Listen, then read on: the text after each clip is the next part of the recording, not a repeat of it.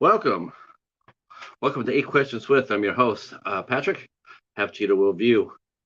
Wow, it seems like it's been a long time since we've been on here. Uh, we only had one show in the last week. So yeah, it does seem a little bit. It does seem like I haven't really been on here very much. Though that hasn't necessarily been true. I did a Sunday science fiction Sunday with Katie from Popping the Popcorn, and I was on the Ninth Circle with the Ice Lord. That was a lot of fun. So I've been up and around, and but we are back. We have a full week of activities for you guys this week, and we will be talking first with the cast and director of the film Dying to Sleep. Uh, I have reviewed Dying for Sleep, but I am saving my review for you guys for the 31 Days of Halloween. Um, but I will tell you this: um, it's a very, very good movie. It's a very good movie. I really, really enjoyed it. I thought it was well made, very sensitive, handled some issues. Um, it's weird too because you think of Dying to Sleep more as a horror movie, but I don't see it as a horror movie per se. I see it sort of like as a redemption film, and it works best that way. Um, I think it's powerful. It's great acting from top to bottom. Has another appearance by our good friend, and you would think as many times I mentioned this guy's name, I would get an interview with him. Um, hey, there he is. Greetings, greetings. Oh gosh, how are you today? I believe Steve is in Arizona. I believe you are. Are you out? Are you canvassing the country? Or are you still in Arizona? I was wondering if how many. I wonder how many van lifers are actually taking advantage of the last month of September. I don't know because gas prices are going up again, at least here in Michigan. Um, yes, yes, yeah. Are you? Oh, so you didn't go anywhere then, Steve? Right? You stayed right in Arizona then. No last minute ride. I know some people like holy cow, it's our good friend Renee is here as well. I hope you guys will stay for this show. We will be talking to the cast and the actors and the director of the film Dying to Sleep. Um, oh, okay. Yeah, I was gonna say I think people are gonna probably go out for that last week in August. You're gonna go out there and do that last week bit of vacation before they all settle down. It seems like October is like that's it. Everybody's back in school. We've done all our wild, sold our wild oats for the summer. Um, so yeah, yeah, Arizona is a good place to vacation. I will be taught. How close are you to Tucson, Steve? How close are you to Tucson? Are you more Phoenix or Tucson, Flagstaff? Um, um, see what else is there? There's Prescott. What major city are you close to?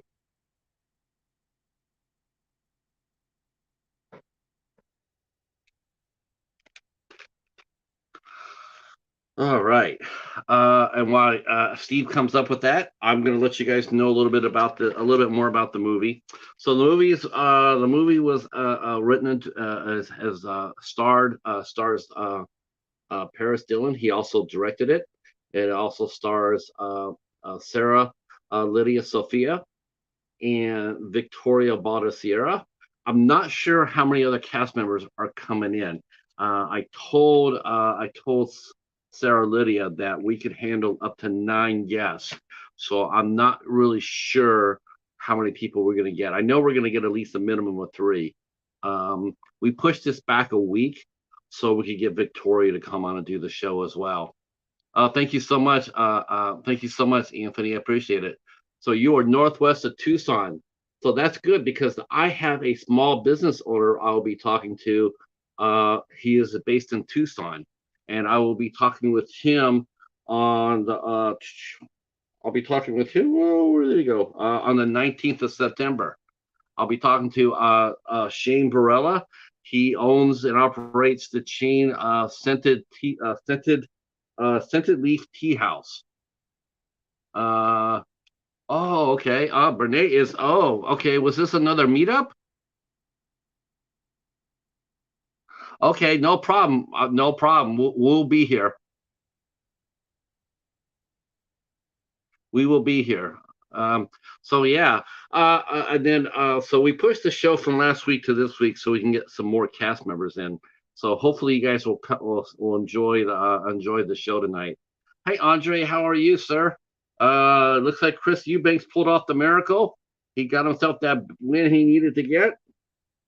So let me tell you what's going on this week real quick before our guests get here, because we are packed with adventure, action and adventure. Um,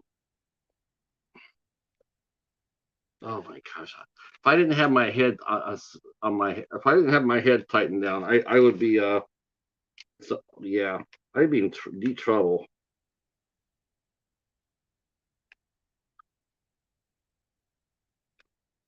All right, yeah, I've just been like my head's just been like everywhere.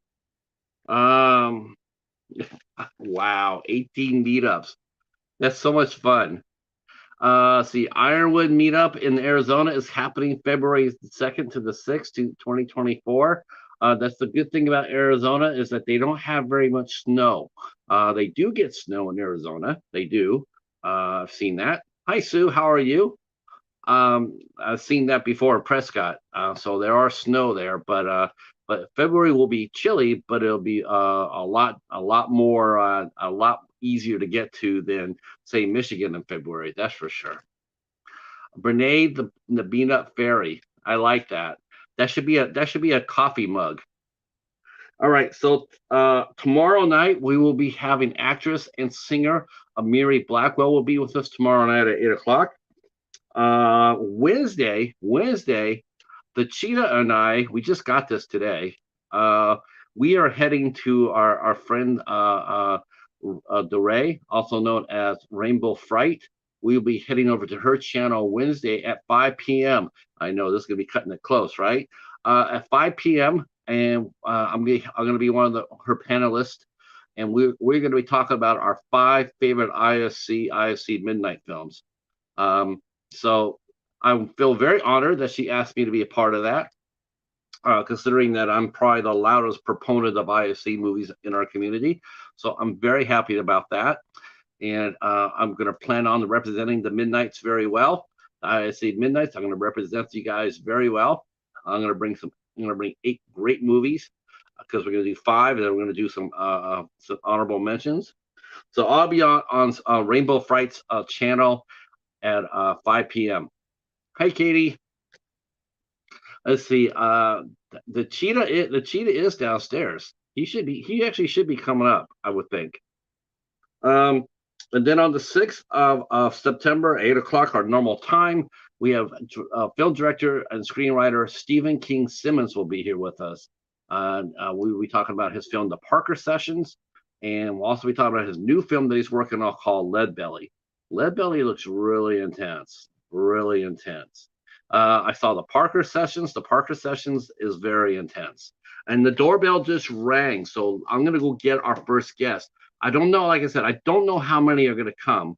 I do know I'm expecting a minimum of 3. So here we go. Let's go see who's here. Hey, it's Eric Roberts.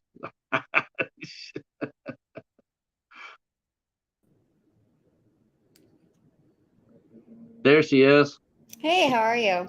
Good, good. How are you? Good. I apologize. I guess I'm a little bit early. No, that's fine. We never let anybody wait in the basement. We all as soon as you knock, we get you up here. Um, so very nice meeting you, SarahLydia. Yeah. Nice to meet you, Patrick. Enjoyed your film very, very much. Thank you. Thank you. There's so much to talk about because it's such a beautiful film. Yeah. Uh, Thank you so much for taking the time and, watching it.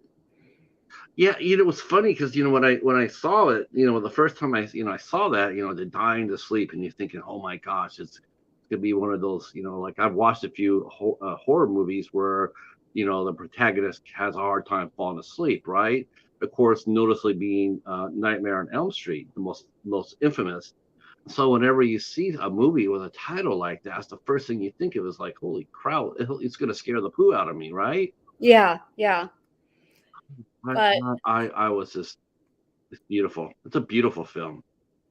thank you. That means Uh, a lot. I yeah. I thought the performances were great. I don't know. Do you know who's gonna be coming with you tonight? Yes, yes. So we Paris should have and Paris, Victoria. Victoria, and then JaTaun Gilbert should be joining as well at 5. The last time we spoke about an hour ago, and he played Tommy in the film, the best friend. Okay. Okay. So that'd be the 4 total. Right. Right. Okay. That'll be excellent.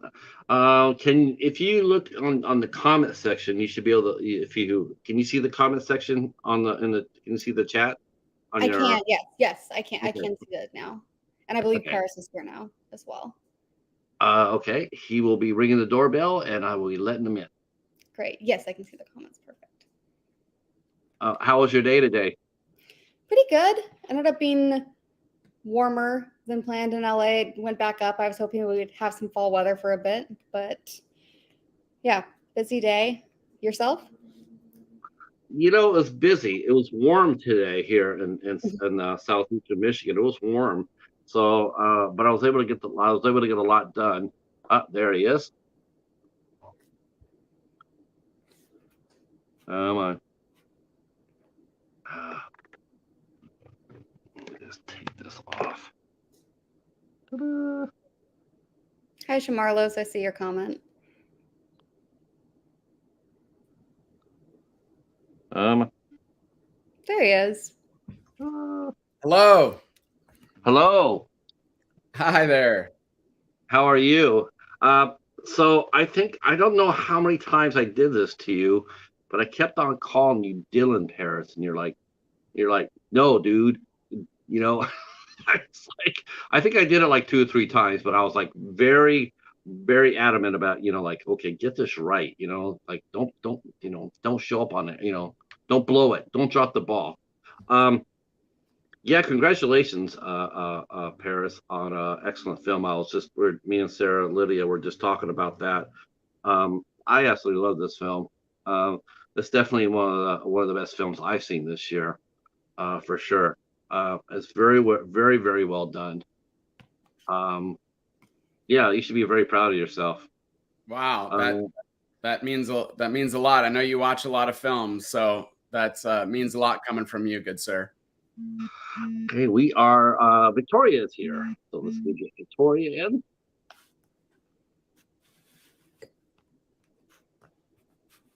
Hi. Hello. Can you hear me? Yeah. Awesome. What's up?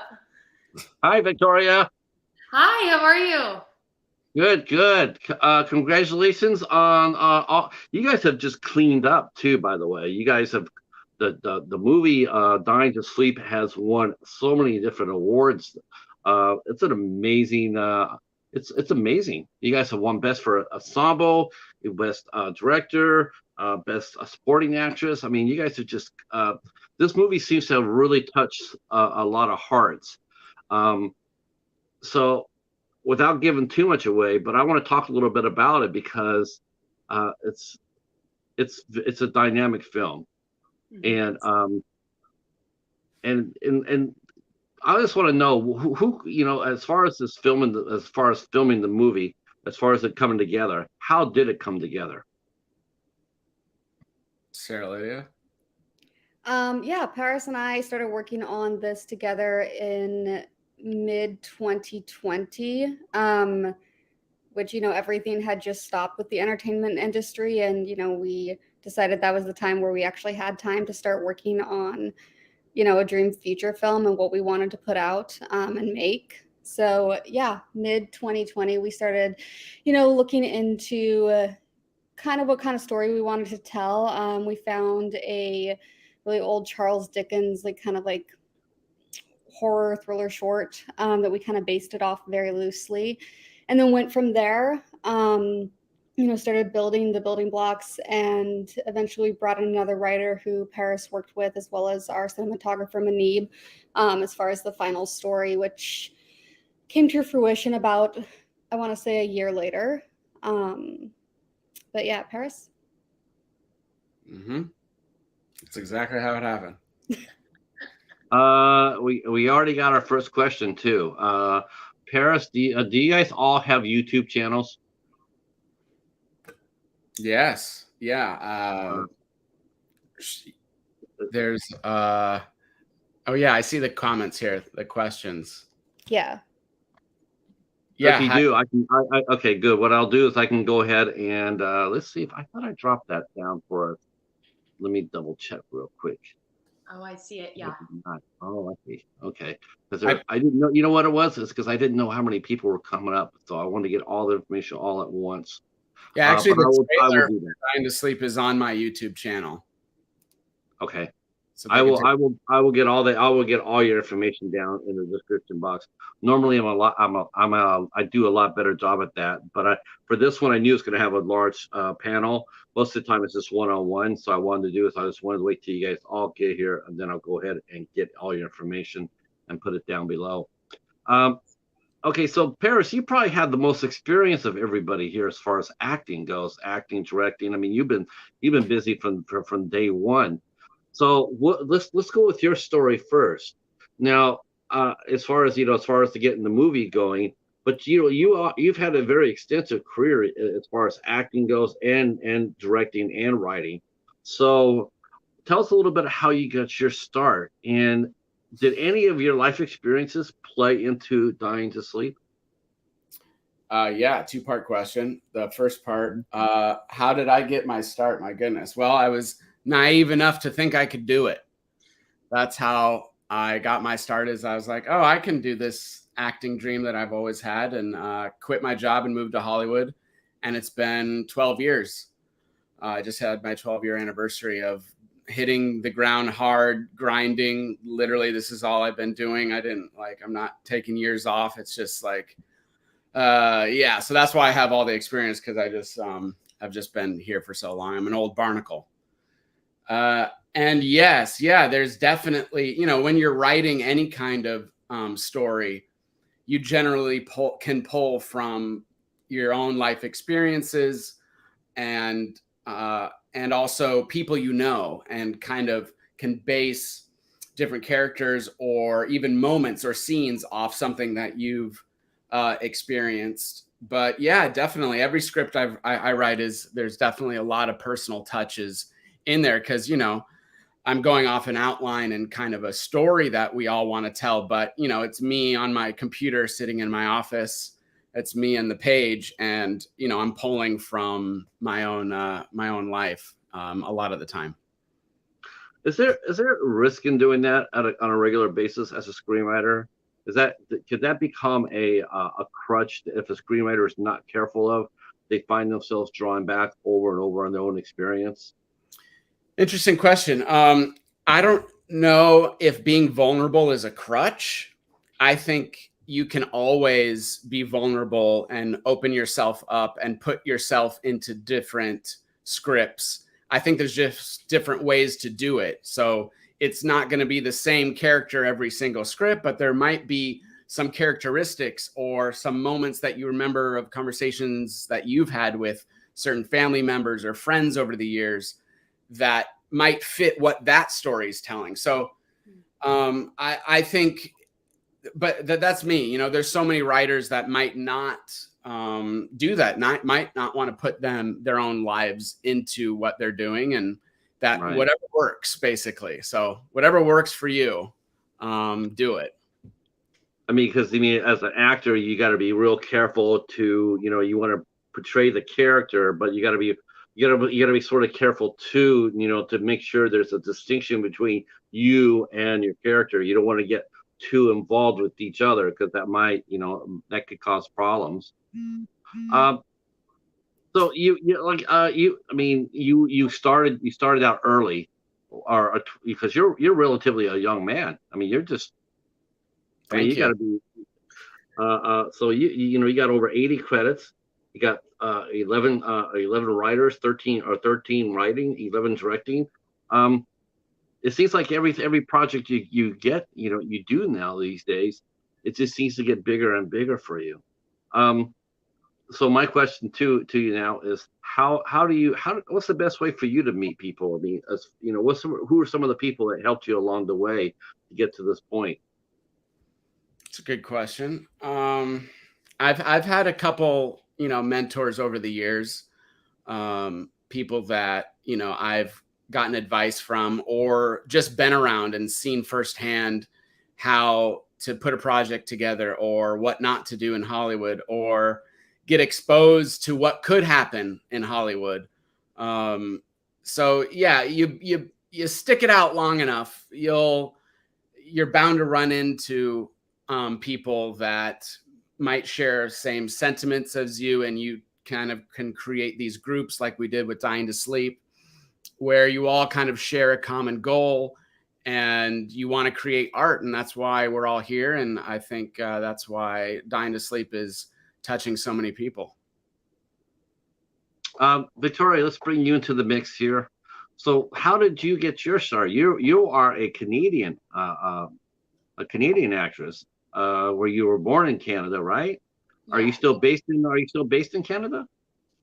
I'm based in LA, but I am currently in Canada. I'm in Toronto, and I think if there's anywhere else to be, maybe I'm biased to grow up in the acting industry. If you're not in the US, it would definitely be Toronto or Vancouver, just because we have such a amazing industry here. And yeah, I started when I was 12. I went out like on these open call auditions. I hated them. I didn't want to be an actor at all. I loved dancing and whatnot, but I auditioned for a show when I was 12, and then the show was picked up by the Canadian version of like Disney Channel, but it's a little bit older than Disney Channel. It's called Family Channel. And once that show was picked up, it's called The Next Step. I've done 8 seasons, and it's been over 11 years. And we're actually, next week, I'll be shooting an episode on our 9th season. So it's gone global. It's been all over the world, to be honest. And that kind of pushed me to pursue my career because I was so young when I started. I didn't really even know if it was what I wanted to do. And then I got the acting bug, got signed in LA, got a visa, moved to LA. And it's been almost 6 years of me just hustling and being a part of projects like Dying to Sleep that, you know, keep me going and excite me and inspire me to continue down this acting rabbit hole. It's not easy, but I'm glad that I, you know, took that opportunity when I was so young, that I was able to kind of pivot that into my into it being my career. So I do a lot of stuff other than just acting, but it is my main goal and headspace for sure. But you definitely love to dance. So up, we got one more coming in. Yeah. I was about to mention. Oh yeah, sorry about that. No. Let's go bring him. Come on. Who is it? Surprise special guest. Yeah, who is it? That's a good question. I like to see myself. I like to surprise everyone. My phone is my phone is hot. Hold on, let me see if I can get him. Oh, I see a question from the audience. Oh yeah. Dying to Sleep. Love the title. How did you come up with the title? Great question. During pre-production and the script process. Oh, JaTaun. What up? We're talking about how we came up with the title. Oh, sweet. Dying to Sleep. I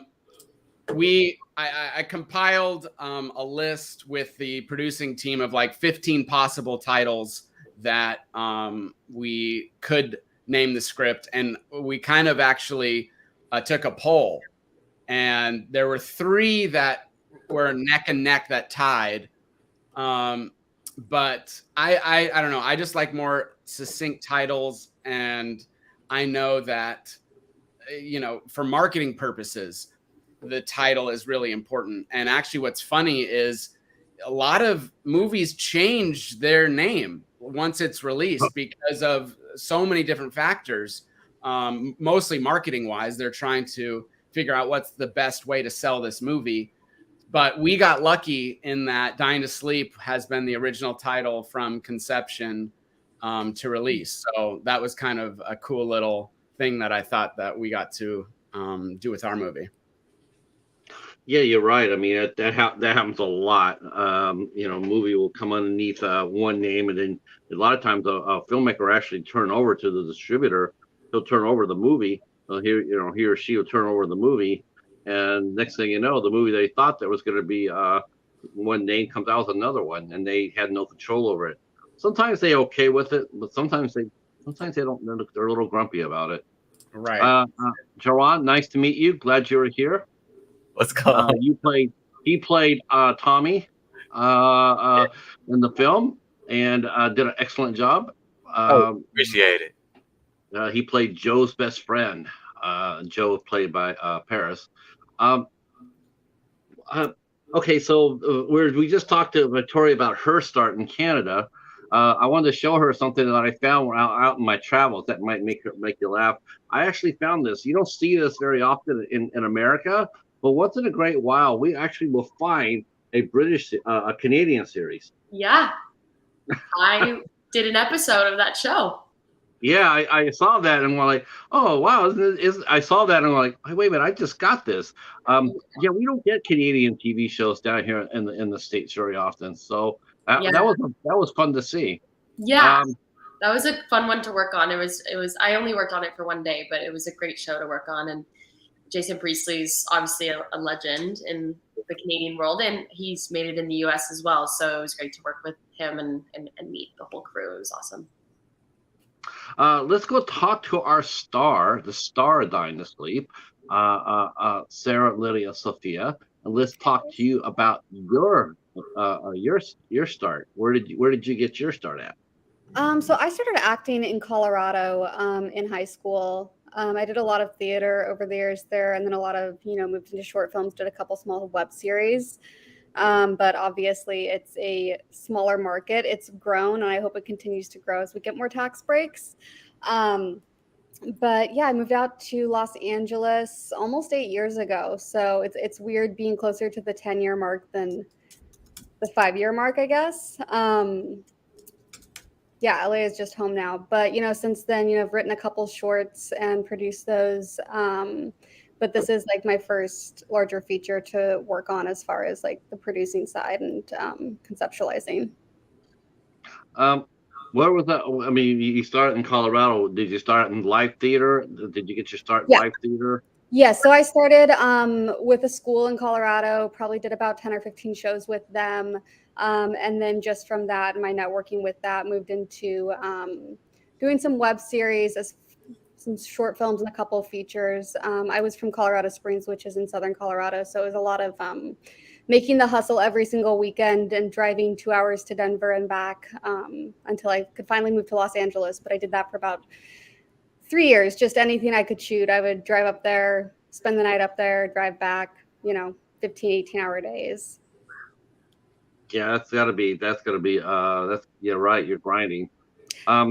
Was Colorado a good place to, would you recommend it? I mean, did it have a good acting community? Did you I think did you thrive there? Yeah, I think they have a really great close acting community. I mean, you can't beat the locations as far as shooting with the mountains and just everything that's at your disposal. But yeah, definitely theater is the name of the game there. Hopefully that continues to change. They have a great Colorado Film School is a great film school that a lot of people come out of. But yeah, very, very close community. I'm still friends with a lot of people that I grew up with there that, really motivated me to move out to Los Angeles. I had an amazing coach, Sue Coffey, who had worked with a lot of people who had gone on with Disney, things like that, and, really helped me make that move, which is pretty scary, when you're in your very early 20s. So I'm, really grateful for that. JaTaun, how about you? How did you get your start? I gotta say one thing before you answer me though. I gotta say your Tommy was really he was a rock. He was able to talk with everybody in this movie on level ground. I mean, whereas the family was having so many dysfunctional moments, you were the one steady beacon in that dynamic. Mhm. Everybody was able to talk to you, and you were solid for them. I did notice that in your portrayal of Tommy, and I thought it was a great job. Oh, sweet. Thank you. Appreciate it. Uh, Appreciate it. so how did you get your start in this crazy business? And acting, surprisingly, high school as well. It was honestly like I didn't grow up at all wanting to be an actor, but I had to do an elective, and it was either that or choir, and I ended up choosing theater and falling in love with it. Then I moved to LA, kind of lost focus for a bit, and then I fell into like meeting the right people at the right time. Ended up one of my first gigs out here was a Netflix series, which is pretty cool. And that was my first introduction to like acting out here in Los Angeles. And then from there, I've just been keeping my foot on the gas pedal and just trying to create as much as I can, behind and in front of the camera. So, yeah. Uh, yeah, I guess the strike has really played havoc for the four of you. How has that has promoting the film, has that been a has the strike hampered you from doing that? I mean, both acting and as far as Paris goes, being a writer, that you're affected by it, but you're also a director. Are you part of the Directors Guild by chance? I'm not part of the DGA, no. Okay. But yeah, as far as the strikes go, there when we talked to our distributor about doing certain marketing angles, they did say that the strikes would kind of make it difficult to get into some avenues of it because it's just not happening right now. And it's a weird time here in Hollywood. It's there's a lot of change going on, and we're trying to find work here and there. I'm directing a little bit here and there because we're not on strike, but yeah, it's affecting a lot of the jobs. It's affecting every single kind of production.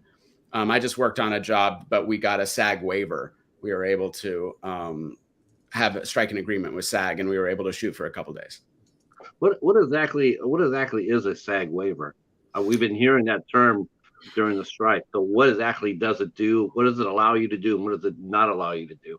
So there's certain interim waivers during the strike where SAG has made some demands of the producers guilds and the studios, saying that they're not they need to be that they need to be followed up with, and have all these producer guilds and big studio movies respect and actually implement what SAG is asking for. So what the waiver allows you to do is, if you meet what SAG requires during the strikes and what they're asking for, they'll allow you to work, case by case basis. But in our case, we were able to get the green light.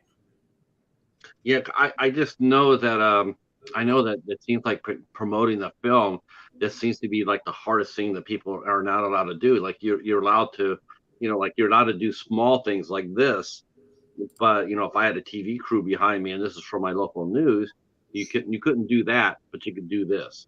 Yeah, we picked a hell of a time to release a movie. Yeah, I feel really, what though? I really feel bad for it, but you know what though? It's grassroots, right? It's grassroots. It's that's how a lot of films got discovered and got blown up, was because a small, a lot of people saw it, and they told 2 friends, they told 4 friends, they told 6 friends, and there you go. So I mean, we'll do our best to help get that movie out there because it deserves to be seen. It's an important film. It's an important film. And it's really weird. I'll tell you something about this too, and I want to see how you feel as a writer about this, Paris, and also to the cast about playing this. But it seemed like if you took a couple of words out of this movie, if you seemed like you took maybe 3 or 4 words out of this movie, it would be actually almost a faith-based movie. That's an interesting take. And yeah. Because of all the religious themes, actually we're getting slammed by some territories where they're not accepting the film because of the religious themes. So it's actually kind of hindering a little bit of our distribution. But yeah, I've gotten feedback as far as, you know, being a faith-based film. But the feedback I've been getting is like, there isn't one like this because it's such a unique, interesting perspective of something like a holistic approach from someone that is religious, but also, you know, follows religion very deeply, but at the same time has a modern take on kind of the whole theme of religion. But I don't know if Pure Flix would go for this one. Yes, because we will talk about that aspect of it too, which I thought was very subliminal, is very sublimely played. And you have you know, we have Mary who is with Jen, and they have a relationship, and they talk about that. You know, we see them together, and they love each other, and Jen is trying to help out. Um, and then we see the mother who is struggling to accept what you know, Mary's life, but it was such lightly touched. You know, it was there, and you could feel it in the movie, but it wasn't preachy, it wasn't heavy, it wasn't melodramatic. I mean, that's great writing and great acting. Um, how do you two feel about that, SarahLydia and Victoria? I mean, how you know, uh, were you comfortable playing the role? Did you have any questions about it when the aspect of the script came? I know, but you helped write the story, but did you have any qualms that it would affect how the movie how the movie would be accepted? Because, you know, today's world, Yeah, I think it's beautiful myself. I wanted to make sure that we did it right, and it's hard to say the word right because there's not like it's hard to do anything right or what is right to anyone. And I think that Paris and I and the writing team, you know, number one, the writing team was mostly male, so coming back to like a female voice often on that, as well as talking with a lot of our friends and just different people with different experiences of, does this ring true for you? Is there something off with this? Like, how is this reading to you? And that was really important. It wasn't just like, oh, we think this works. And I think that we made a lot of edits to it, and we kept adjusting it because that was really important for it to just be, for that part of the storyline to just be in the story, just like, you know, being whoever you are is just part of your day-to-day life. Like, it shouldn't overtake that. And I think that's where a lot of films kind of do it wrong, and that's why you don't, you know, identify with them as much. So for me, yeah, it was easy to play because I think we did it really naturally. Yes, I agree. I mean, when you're in the truck or you're sitting there talking to each other, it just felt natural. It didn't feel forced. Like I said, it didn't feel forced, melodramatic. There wasn't, you know, the score was absolutely restrained. You know, it was just it's beautifully filmed. Now, I know this may be sensitive, and forgive me if I hurt anybody's feelings here, but was this movie for when you writing it and talking to each other? Did you write this sort of I think because, you know, because there are some horror elements into this. Was this written for a gay audience, for, you know, a horror film with horror elements? Was this designed for that, or was it? Because to me, it didn't play out like that. It really didn't. It played out as just a family drama with some elements into it, and it was just beautifully portrayed. How many times did you write the script? How many times did you go through the script? Because I'd like to know that, because it's so well written. How many times did you have to go through it before you were happy with it? SarahLydia and I found the Charles Dickens piece that it was based on. We talked with Patch Moore about the story we wanted to tell using that as inspiration. He wrote an outline. But that was, and speaking of Colorado, that was when we were actually going to film this movie in Colorado. We didn't end up doing that. But this outline that Patch wrote had some good nuts and bolts that we wanted to use. But then we actually got a whole other location set available to us. So that's when Manib came on, and him and I broke a different kind of story to fit those locations. And then I went and just probably for a month or two, just wrote the actual script. And then we probably did it. I mean, there was definitely changes for sure, but as far as there was no like full redrafting or page one rewrites or anything like that. But you know, I wrote the first draft, and then we probably did a couple different revisions. So you know, probably around a few times I would say that's how many times we had to write it. Now, again, I don't mean to pry, and if I do, just shut it down. That's fine with me. I understand. Now, are all of you? Was this a totally gay cast as far as the young people go? I mean, because and if it was, how did you guys feel when you were filming this film?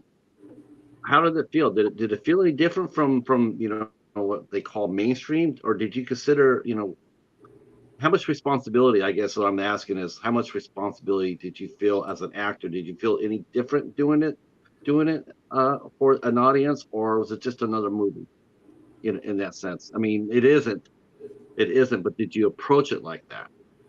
Well, just to clear up to reference the gay tones that you're talking about. No, this was not made for a gay audience, for a horror audience. That was actually part of the importance of why I think we all would talk about the script and why it made sense to us, because this wasn't a gay movie. It's all about her being gay and her struggles with it. She just happens to be gay.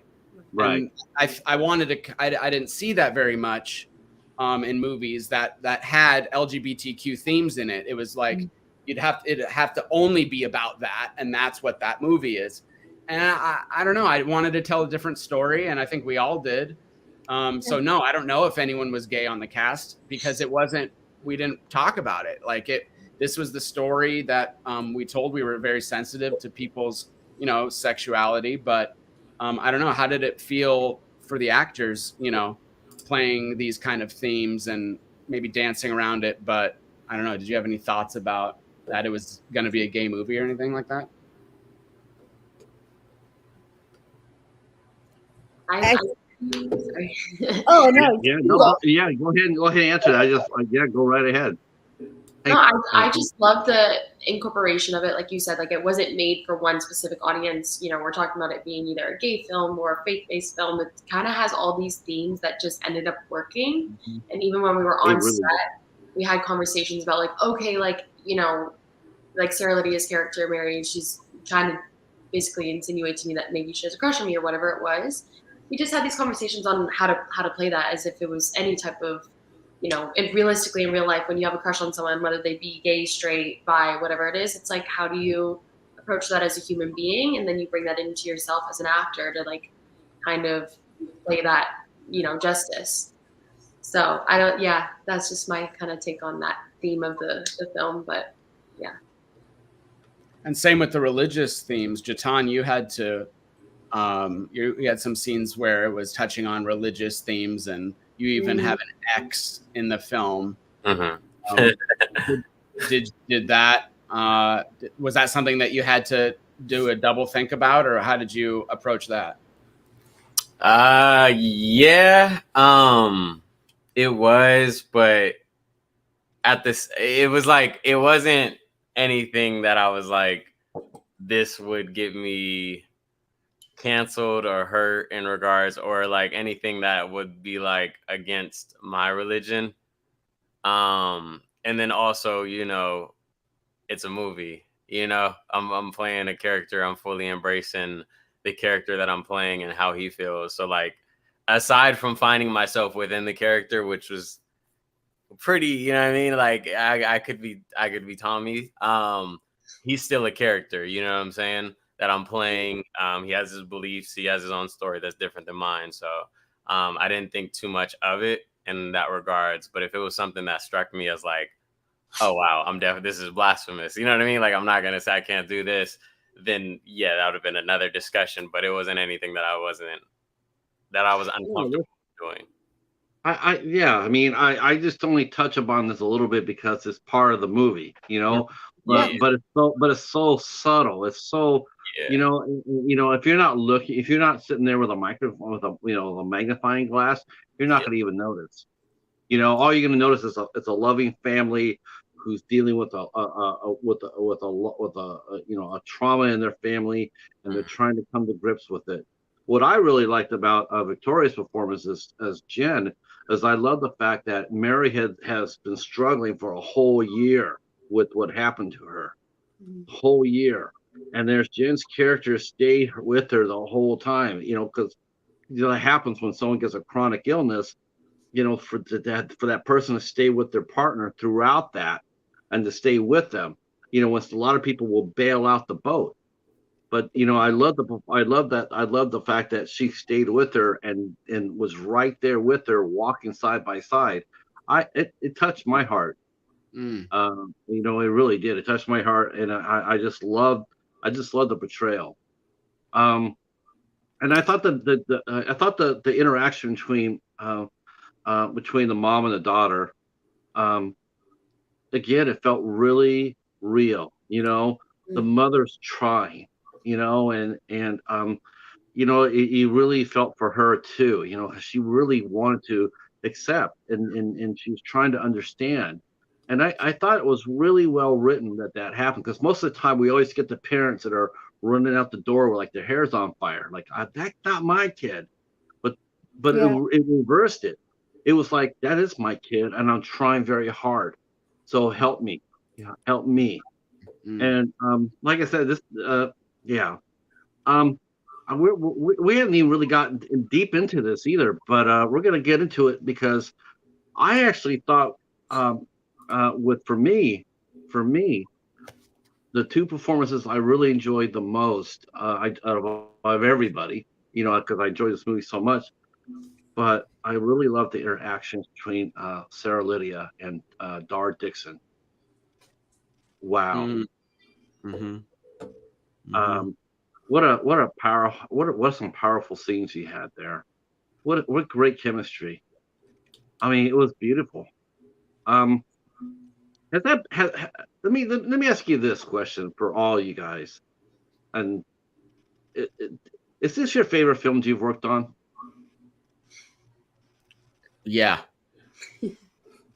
The production of, like, pre-production was very difficult in this film. Post-production was very difficult in this film, but the actual production of it, my favorite by far. Yeah. I would agree with that. The pre and the pro were very hard, but the 2 weeks or the 11 days working on it were like summer camp. If you're up for like 18 hours at summer camp, I don't know what everyone else did at summer camp. I was at Bible summer camp. We weren't up for 18 hours, but yeah, it was really fun. It was just like when we were all on set together, it just felt like we were all hanging out, which is really special, because sometimes, things can get a little bit crazy and overwhelming on set, and there's someone, upset about something, or something happened, or things aren't going right. And I'm sure there were things that I didn't see behind the scenes, but for the most part, as an actor on set, it was awesome to work with the cast and the crew, because it just felt like everyone was in it to win it. And, let's make our day. Let's make a really good film that we're going to be proud of. And I thoroughly enjoyed that. Yeah, there was no drama queens on set, which is always great. Yeah, it was a lot of fun. I think everybody, cast and crew wise, we all were there with a plan and a mission in mind, and we all had fun doing it. Made some great friends that I'm still in contact with today, still off of the film. And we have something amazing to show for the time that we spent there. And plus, I've never been it was Solvang, right? Yeah, I've never been out in Solvang, so it was a beautiful drive, and it was an experience in itself. Now, in Solvang, they have a restaurant or a shop or whatever where they sell ducks out on the T-shirts. They sell what? They sell duck. Like that's their whole thing. It's like a Dutch town, but they have Dutch. Yeah. Did you guys go out there and get a duck shirt for your experience there? We got some photos in front of the windmill that is trying to emulate the Scandinavian countries. That's beautiful out there. I would say a fun little thing, if anyone does, who's, watching, does end up watching the film, if you haven't, is there's some biking scenes during that. And what you don't see during the biking scenes is that we're actually biking through Solvang. Obviously, Paris and Manib and everyone else who was a part of the camera team did a really good job so that you didn't see all of these Dutch buildings. But we were biking through Solvang for a good, hour and a half or something that turned into, a good 45 seconds or something in the film. Yeah. So let's talk a little bit about some of the casting, because you got some experienced. How did everybody audition for their roles? I mean, including you, Paris. Did you audition for your role, or did you know already that you were going to act in it? As a writer, director, as an actor, director, which can be very hard. Did you always know that you were going to be in the film? Or did you audition for it like everybody else had to? It's funny. The film started with SarahLydia and I knowing we were going to be brother and sister. So I started out as the actor. I actually wasn't going to direct. We met with different directors to get the vibe, to see what their thoughts on the story was. And none of them really, they're all great people, but we didn't feel like giving the keys over to them. It just wasn't clicking. And after a meeting we had one time, Manib, our cinematographer, who was part of pre-pro, really gave me the confidence. And he said to me, he's like, you've directed a ton before, you can do this, the story, just jump in. So I was actually on the cast first, and then then became the director. But yeah, the audition process for all our cast was it wasn't too quick. Actually, we took our time. We really scoured all the contacts we know. We got a casting director to put out some castings on the different Los Angeles casting sites, and so it was a mix. It was a mix of general auditions versus some people that SarahLydia and I have known over the last few years, and that's kind of how it was. And we got in a lot of tapes. And these are the ones that we thought are the talented ones for the role. But yeah, I don't know if you guys want to talk about your casting experience. You actually, Victoria, I asked you if you could do it and you were busy. You were booked on something. So we started auditioning all these people. And then we were like, okay, we kind of have a good feel of this Jen character. But then you became available. And I said, oh, okay, interesting. Send me a tape. So then watched Victoria's auditions, and, and my gut at the first, months prior was right. We were like, yeah. Oh God, I don't even remember my tape. I'd have to pull it up. It's probably not what I ended up doing at all, but. Hey, it was good enough. It was good enough. It's really fine. How did you, JaTaun, what we asked a tape for you, how did you find out about the role? I believe it was on Casting Networks, right? Okay, yeah. Yeah. Okay, smooth. Yeah. It was that, and then dang, that was a while ago. We did a callback, right? We did a You met with Kat, correct? Yes. Now, how many times did you have to audition for before you got the role? Was it just the one time you came in there, knocked it out, and then that was it? Yeah, I did one self tape, and I think so. We had went from Casting Networks to emailing, and I was busy, but I told her I was gonna get a self tape in, and I think she emailed me again that it was running late, so I sent mine in kind of late. And then, she gave me the email, the booking email. I believe the next day or the day after that. Yeah, I think we did a Zoom callback, something to meet you, right? And we had to I'm trying to think. We did something where you guys read, because I'm pretty sure that everyone we called back, we read against. I mean, unless you could be miraculous and we just put you off the tape. I don't remember. Now I can't remember. Now I want to look. Because I know right after I got booked, I know you guys did a table read that I couldn't make. It was literally like within that same week that I got booked. Yeah, Tommy might have been the last role that we booked, actually. I think we were stuck on Tommy from my memory because we saw a lot of guys and it was it's hard when you're taking like two characters, i.e. Paris and myself, of like, and then trying to find like the best friend role for each person, but like they can't be the same character, you know. So it did take a lot for both. Oh, you guys had a lot of auditions for Tommy? Oh yeah. Oh, sweet. Yeah. Yeah. You know what they say, talent rises to the top. So there you go. That's right. Two of the actors are veterans. Let's talk about the two veteran actors, though they're not here. But though one always seems to be here, because I've talked to so many people who have worked with him. I feel like like we've known him. So how did you get Eric Roberts to come in for your role? I've known Eric for a long time. So we've worked on a couple movies together. We got close. His wife actually started managing me back in the day and would send me out to auditions. So, and then she switched over and just started managing Eric's career. But we kept in touch, and she casts things a lot and throws me in. And I said, I'm going to call on you one day because I'm going to make a movie. And they're like, all right, whatever you need. So he did me a favor and drove up to Solvang to do that Dr. Palmer role. So that's how we got Eric. Is luckily, I had to call in a favor and he was available, and we did the dang thing. We have a question for you from our friend Steve here in Arizona. He goes, how long was the total process from finalizing the story to the movie's release? I mean, how long did it take from the first day of on set to getting the movie to the theater? Oh, from finalizing the story? The story or shooting? It looks like he says finalizing the story. So let's go with that. Let's go finalizing the story where you're ready to shoot.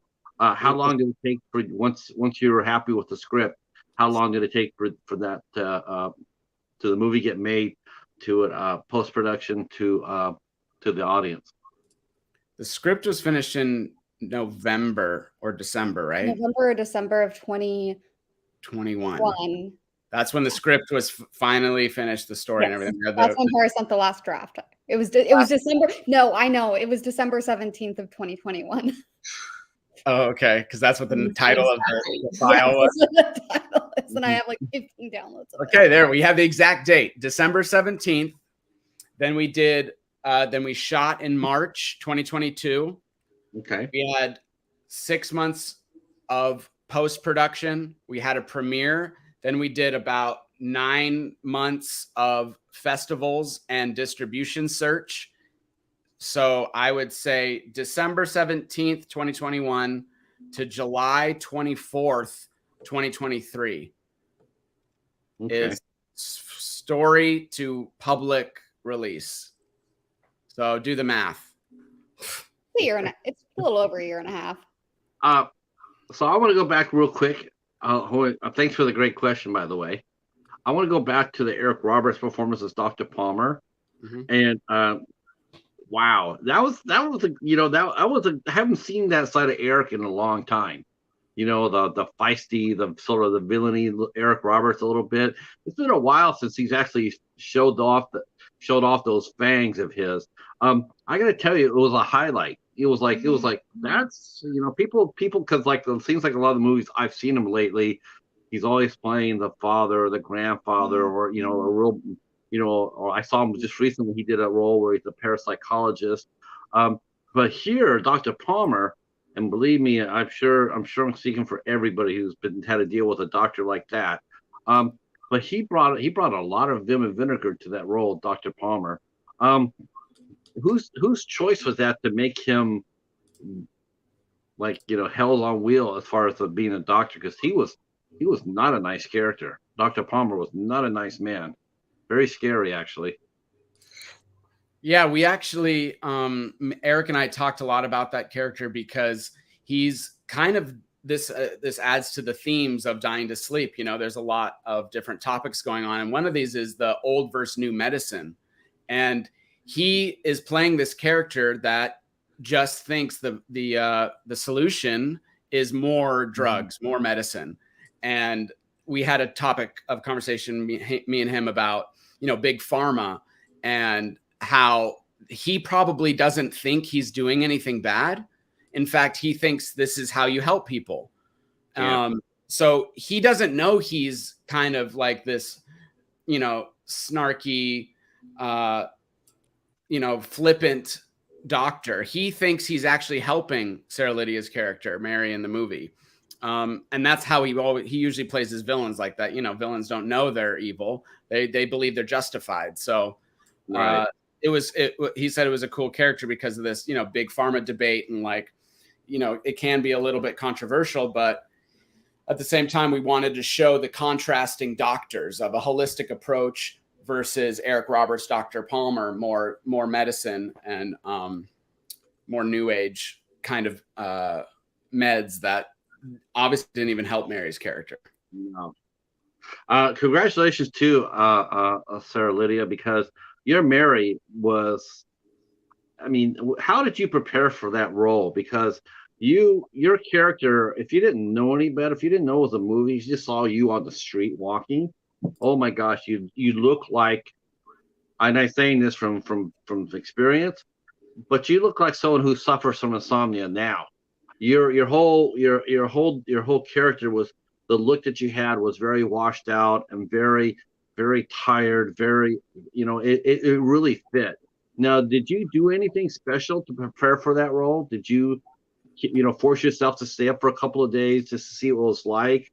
To see kind of reactions and kind of language you would have, because when you don't sleep for a couple of days, 2 or 3 days, it does affect you physically as well, psychologically. I Did mean, you do anything like that? I personally have insomnia, so I didn't have to try with just the basics. I don't have insomnia where I'm staying up all night.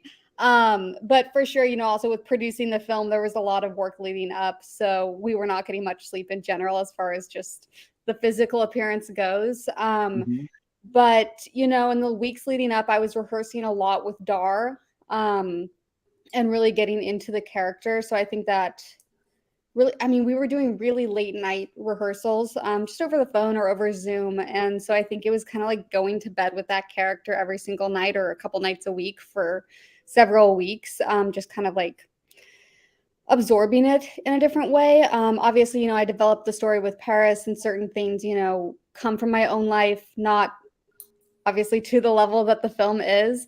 But yeah, I think just having personal experience with, mental health and then insomnia and things like that, coupled with a lot of just kind of like living the character with Dar for a bit, really helped. And then just as far as the physicality, just from producing a film and all of the work that it took in the, the 2 weeks leading up to shooting. You mentioned Dar, and we got to talk about Dar because, wow. Absolutely loved him in this movie. I thought he was magnificent. He was great. I wish I could compare him to another character, but I can't because it'll give away the movie. But I will do a comparison to him, and I will say he definitely held his own. You know what I'm saying? His performance was so strong and so moving. And I looked at sort of this movie more as a film of redemption than anything else. I don't, I know there's some, there are some moments into it, some, and some horror elements into it. But I always saw Dying to Sleep after watching it, after I watched it for the second time. I just saw it as a redemption movie, for him and for Mary. Now was he did you have to go through a large pool to cast him, or did you just see him and just know that was it? Well, first of all, I'm really glad you said the redemption thing, because that means a lot, because that's kind of the theme of the whole movie. I'm glad that reigned true for you, is this theme of forgiveness and redemption. And even Mary says it to Tommy in the opening scene. So that kind of, it stated the theme early on in the movie, and you don't even realize that that's kind of the theme. It's just kind of there. Dar, kind of similar with Eric Roberts. He's been a friend of mine for a long time in Hollywood. So we did audition a few Dr. Cyruses. We actually did get some tapes. We did get a good amount of possible Dr. Cyruses, but I always kind of had Dar in my head because I had worked with him before. I had friends with him, and like you pointed out, it takes that role had to have a lot of gravitas, but also play a lot of different levels, and also have this chemistry like you're talking about with Mary. That's an odd chemistry, it's not a normal love interest chemistry or family member chemistry, but it's a unique, specific kind of chemistry with these two different characters. And like SarahLydia said, we did rehearsals. They went off on their own and did rehearsals a lot. We talked about and I see what you mean. You don't want to spoil too much because I almost did. But so I'm glad you really that character spoke to you, and I enjoy it too. Yeah, and I think it was a character that when we first got Dar's first tape, and we got several, when we got the other tapes, we did several callbacks with multiple people as far as chemistry reads. And it was, one where it was a very specific vision coming from us, and that he was really the only person who seemed to be able to take that on. And the other people, like, of course, they're very talented. It just wasn't going to be the role for them, which was such a great lesson in casting, I think, for us, of seeing, really great, talented people, but being like, this is the only person for this. It happens like that. It really does. I mean, you wish you wanted, there's been, so many famous, interviews or, encounters where someone will walk in and they'll look at that person and say, that's the person we're going to get. All they did was say, hi, how are you? And they're like, that's our person. That's what we're looking for. Just, instantaneously like that, going through, my favorite casting story. I actually heard it was on Scrubs, on how they cast Zach Braff onto that show. And he had to go like through 6 or 7 different auditions. And he, and it was tough for him. It was rough, but Bill Lawrence believed him, and believed in him, and and made it happen for him. When you get the right actor for it, you don't want to lose them. Okay, so you and Dar, I mean, was that the first time you or I don't know if you mentioned that, was that the first time that you worked with him on screen? For myself, yes. Yeah. Okay. What was he like as a scene partner? As a scene partner, I think, like Paris was saying, and like I was saying, we did a lot of rehearsals. We had to come over to my place a couple times and did, in person as well. And it was like, if we hadn't done that, it wouldn't have worked. We had to grow that relationship. As a scene partner, I would say very specific and very giving. Very clear on what he needed that character to be, which, he was willing to share with me, which really helped me, but also very intelligent in what he did share and didn't share as far as how he was going to portray the character, if that makes sense. It does. Did you guys, as far as the horror elements go, like when Jen and Mary were standing there and then Mary would see you would see the hooded figure. Did you intend for there to be more horror into the movie, or did you, once you saw how it was playing out, Paris, did you just sit there and say, there are some elements in here? I mean, it could have been easy. You could have easily jacked it up with more gore and more of that. But it seems like he did a little bit less and just relied more on the characters to carry it, to convey that frightening, the fright that was going on.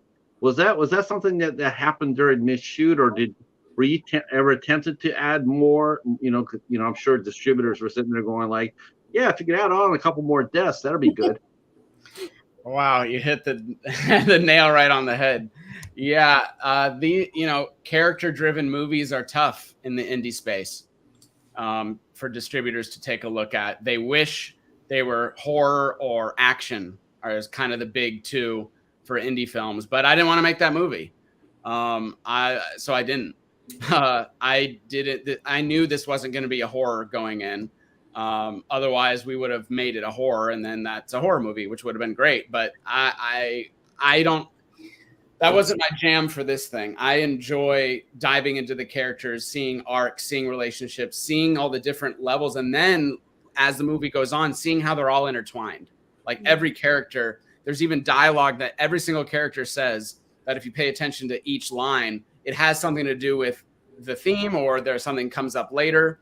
And I like those kind of more interwoven stories that are more character based personally. And then there's this thriller element on top, which was the Charles Dickens kind of mystery that we took. And I thought the two, would be a cool melding. And, but you're right. A lot of distributors are saying, why don't you make it scarier? And then we can, make it a horror movie. I'm like, well, why don't we make it an epic and set it in Roman times? Why don't we do that? And, it just is all hypotheticals, but this is a psychological thriller drama, I'd say. Yes. I call it I describe it as a family drama with like elements into it. I thought it was really, it's just so well done. Cool, have you guys done horror films in your career? Each one of you. Let's ask you that. Have you guys ever done a straight horror film in your career so far? Yeah. Yeah. I've acted in a ton as an actor. Okay. I've directed. Let's see. I've been on the producing team of some horror comedies, and then I directed like another psychological thriller kind of thing that's not so much horror, but as an actor, yeah, I'm sure the rest of the team has too.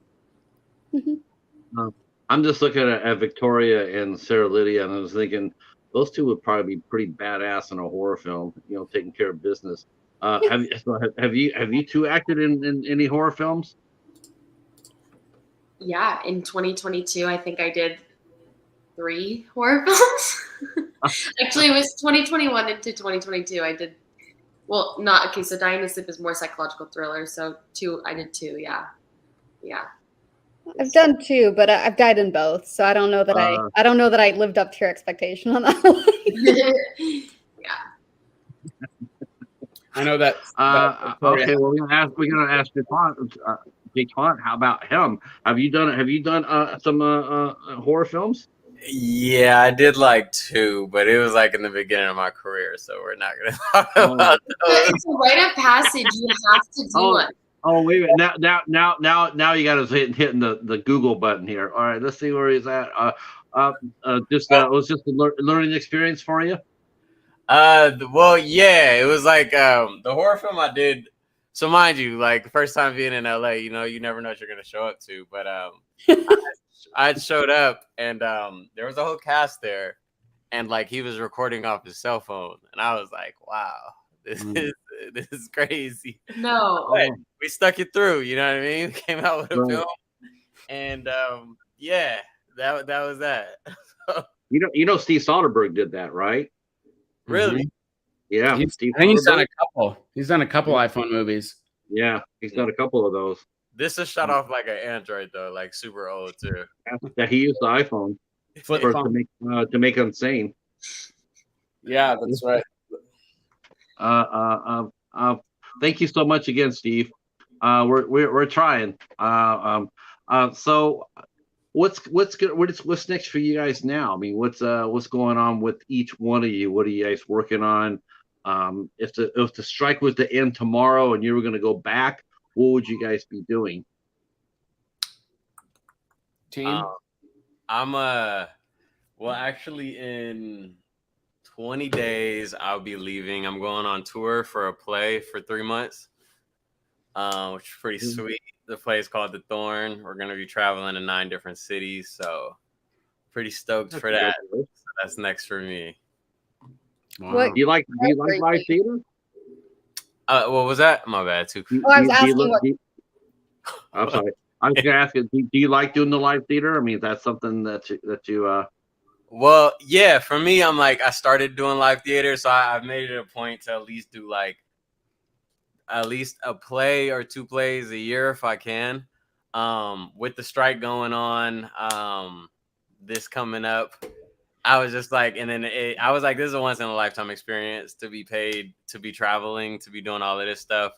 And the play is pretty amazing. So, and I think theater is like, once you do theater, acting on film is like, all you got to do is tone it down a little bit, but memorizing lines, acting, improv, and all that stuff, it just comes natural to you if you have your roots in theater. So I always like go back to that to freshen up, you know? Yeah, yeah. Keep those skills sharp. Yeah. How about the ladies? How about you? Let's go with Victoria first. What would you be doing tomorrow if the strike ended? It's funny because a lot of people are like, yeah, it's terrible with the strike. And I'm like, well, it's already hit and miss with auditions these days. But I want to start writing, actually. So I've been reading a lot more.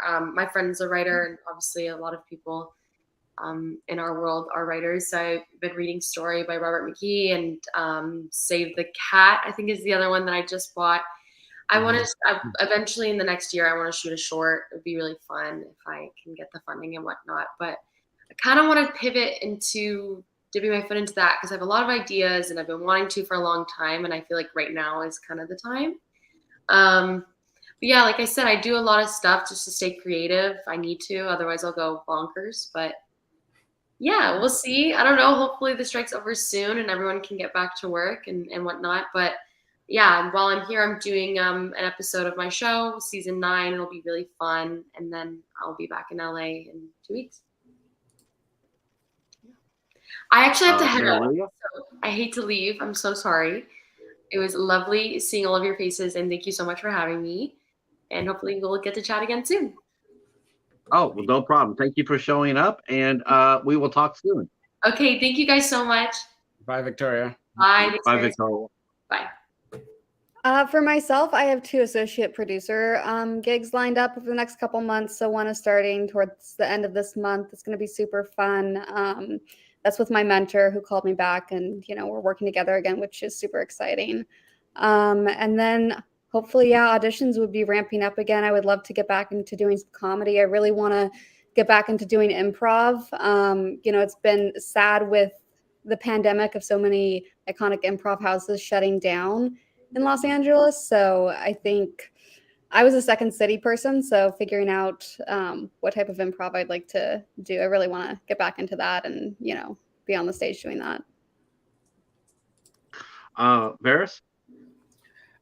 Yeah, lately I've been doing a lot of like development directing for different projects. So because those kind of, you don't really need big contracts to do. So that's kind of what's been keeping me afloat, is a lot of directing development projects. And then I'm always in the pursuit of packaging. I've got 10 projects ready to go. It's just a matter of finding the right resources of funding and connecting with the right people. But anywhere from a hitman comedy to family drama, there's a couple rom-coms I have, music movie, teen comedy, and then action comedy, and then there's romance drama. So it's kind of just these projects that could go at any minute. It's about just putting them together package wise and getting them off the ground. I like the fact that you mentioned a lot of comedies and also SarahLydia mentioned that as well, because it seems like comedy is really struggling. I know they tried to push, they sort of overdid it with the Jennifer Lawrence movie, but do you think comedy will be able to find its way back in front of a camera? Will be seeing more comedies hit the big screen? Well, that movie you just mentioned is a good sign. It's actually a good sign for comedies. The fact that they were able to put a big star and a big marketing push behind it. You haven't really seen that lately, and except early 2000s. It was just like big comedies, 90s big comedies. But now they're too risky. Big comedies are just way too risky for distribution. As far as indie films go, Comedy is risky for distribution as well, because a lot of times comedies don't translate overseas. That's why horrors do really well, or action movies do really well on the indie level, lower budget films, because those are easier to translate overseas and to foreign territories. Whereas comedy is a little bit more difficult because of pacing or language. You know, some words don't necessarily mean everything. It's not very straightforward, even like a drama is. Comedy has nuance, a lot of nuance. So that's why it's a little bit harder to get off the ground. But I'm a comedy guy through and through. That's kind of where I started, and that's kind of my bread and butter. Let me ask you what this word means to you, because this is, because I was talking to another actor and we mentioned this word and how important it is. But let me ask you what your impression and your thoughts are, and we'll lead off with SarahLydia. But what does the word momentum mean to you? When someone says momentum, what does that mean to you?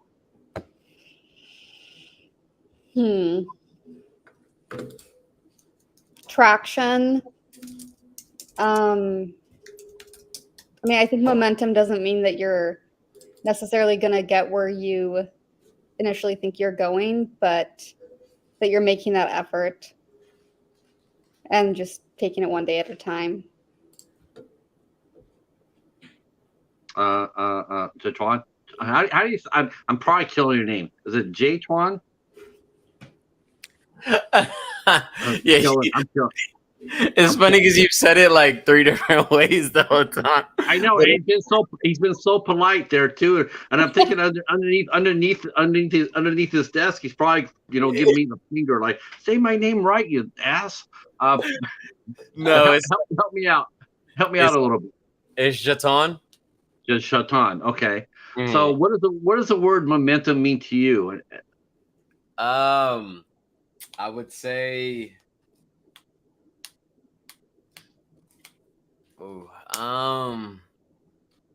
continuing to get out of bed every day. Yeah, I mean that in the sense of just like even the days that you don't want to. You know what I mean? Like the start of your day is just basically just you keep doing it, and it's gonna build up because you have a goal in mind. So just continuing to get up out of bed every day, no matter how you feel, no matter, you know what I'm saying? If you want to stay in bed a little longer, that alarm clock is going crazy, continuing to get up out of bed every day and keep moving. Yeah. And Paris? Well, funny you should ask. This says...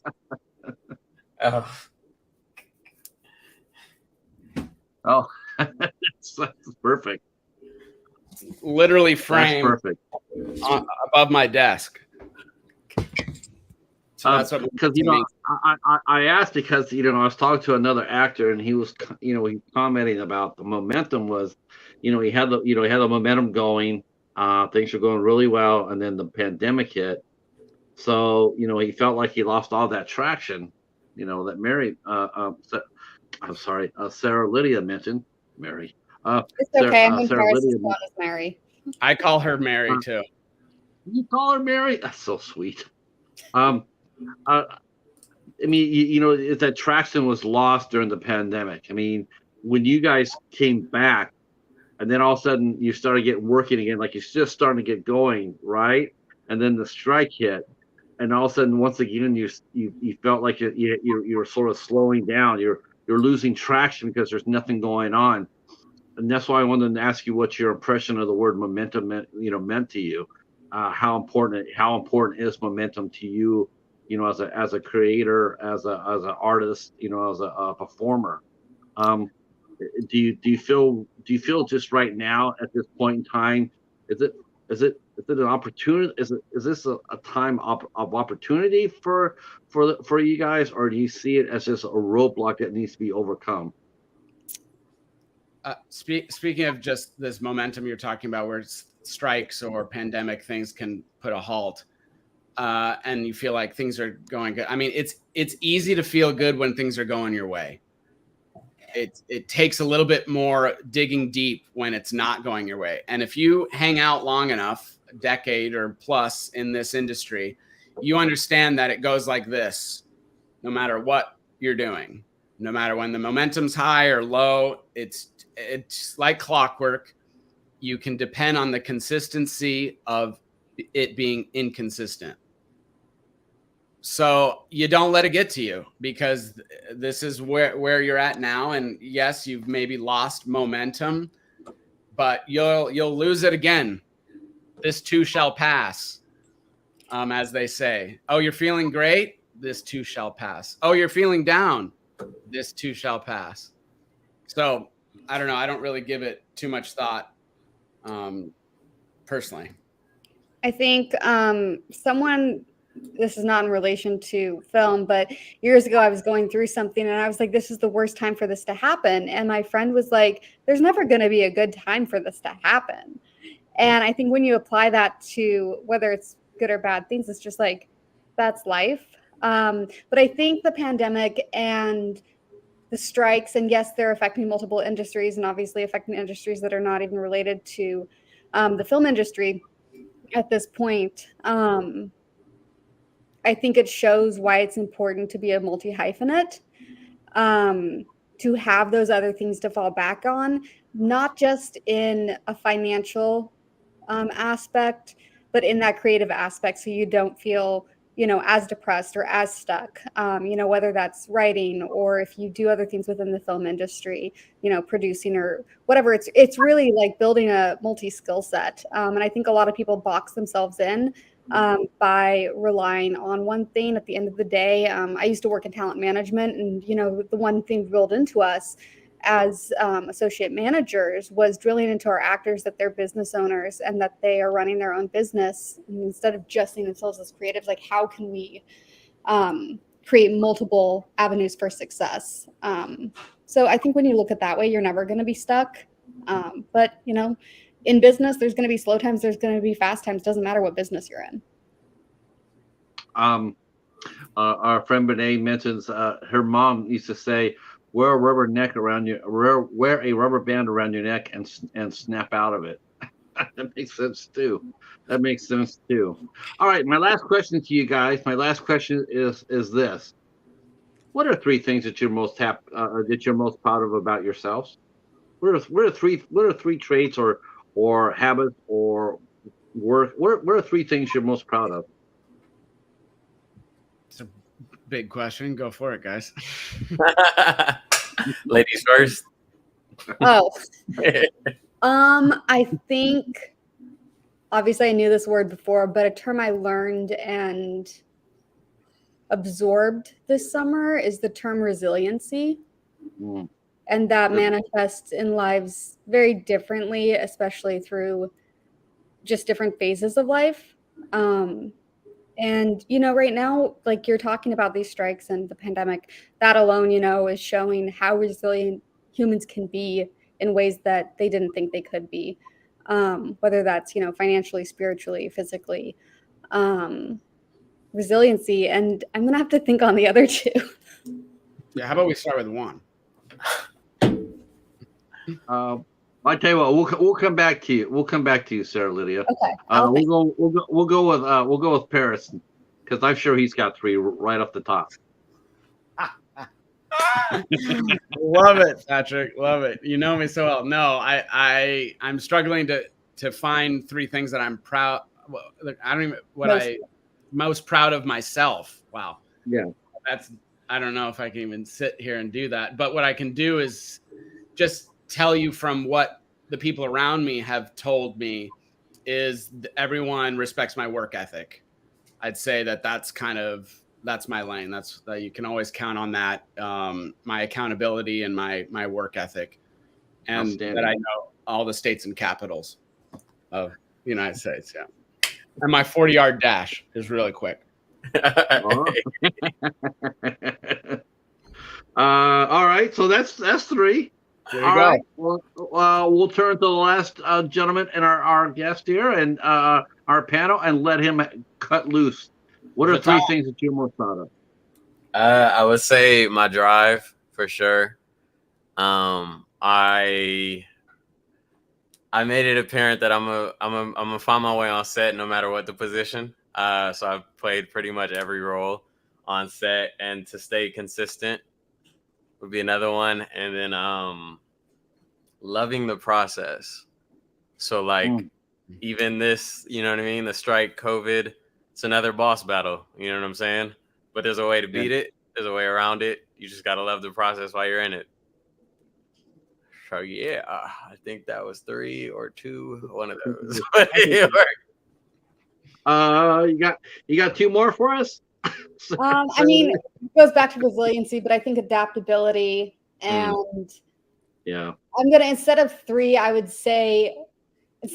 that I'm most proud of, I would say one that I want to work on is transformability and like a willingness to grow. So that's what I'm focused on right now. The producer, you'll find that out real quick. Absolutely. Right? Absolutely. I mean, are you planning to? I mean, are you?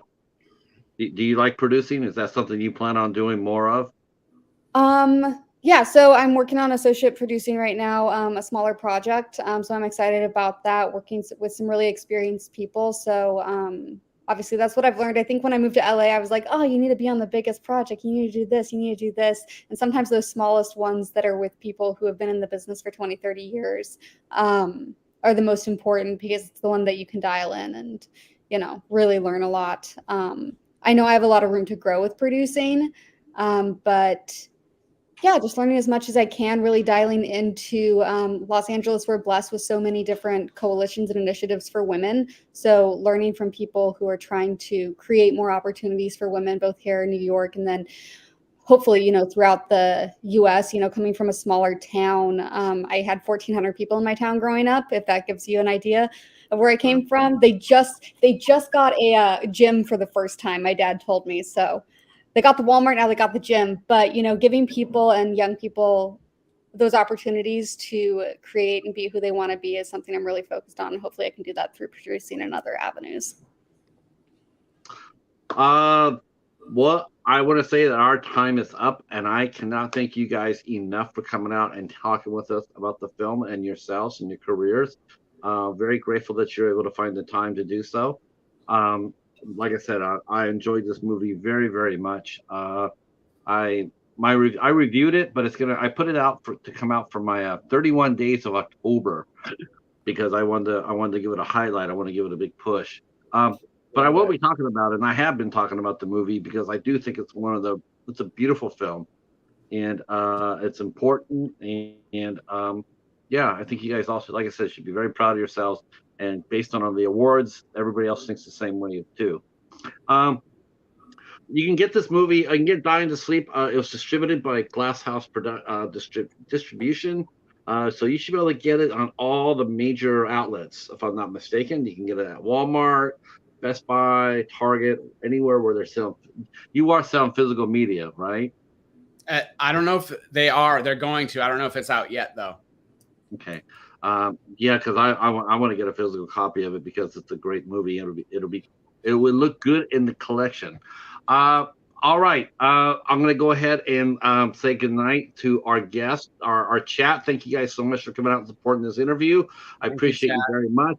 We will be back tomorrow night at 8 o'clock with singer and actress Amiri Blackwell. She'll be here with us.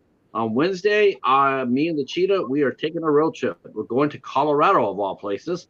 We will be there for our friend Rainbow Fright, her channel at 5 p.m. And then we'll be talking to film director Stephen King Simmons will be with us on Wednesday. If you guys will just stay right where you're at, I'm going to say goodnight to the chat and say thank you so much. Hi, Casey. Thank you so much, sir. I will talk to you guys in a little bit. Thanks for coming out. Have a great night. Thank you, guys. Peace. Let's see. Great chat. All the chats. You got a lot of fans going. I love it. Yeah, we get the